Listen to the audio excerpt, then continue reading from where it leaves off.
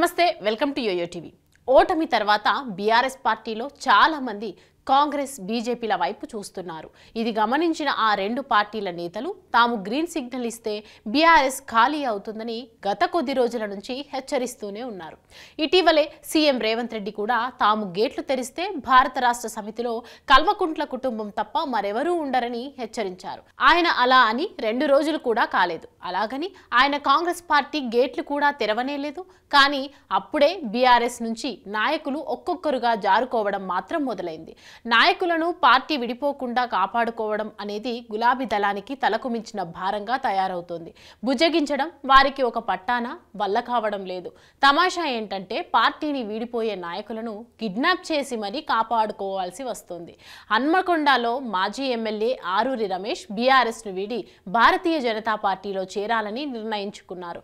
పార్టీని వీడిపోతున్నట్లుగా తన నిర్ణయాన్ని ప్రకటించడానికి బుధవారం తన ఇంట్లో ప్రెస్ మీట్ ఏర్పాటు చేశారు। సరిగ్గా ప్రెస్ మీట్ ప్రారంభం కాబోయే సమయానికి అక్కడ బీఆర్ఎస్ సీనియర్ నాయకులు ప్రత్యక్షమయ్యారు। ఎర్రబెల్లి దయాకర్, బసవరాజు సారయ్య తదితరులు వచ్చారు।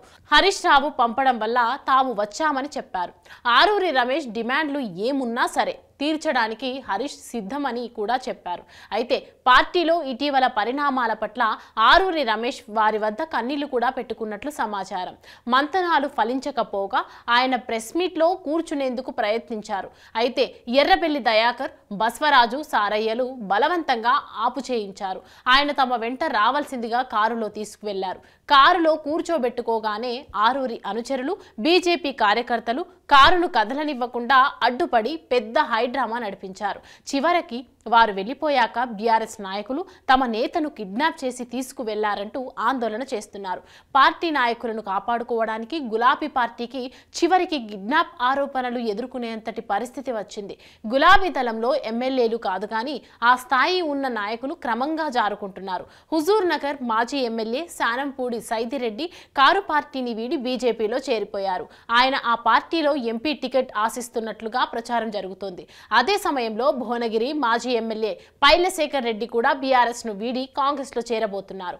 ఆయన కూడా భువనగిరి ఎంపీగా బరిలో ఉంటారనే ప్రచారం జరుగుతోంది।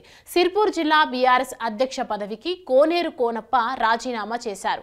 బీఎస్పీతో బీఆర్ఎస్ పొత్తు పెట్టుకున్నందుకు నిరసనగా ఆయన రాజీనామా చేశారు। ఆయన కాంగ్రెస్ లో చేరబోతున్న సంగతిని కూడా ప్రకటించారు।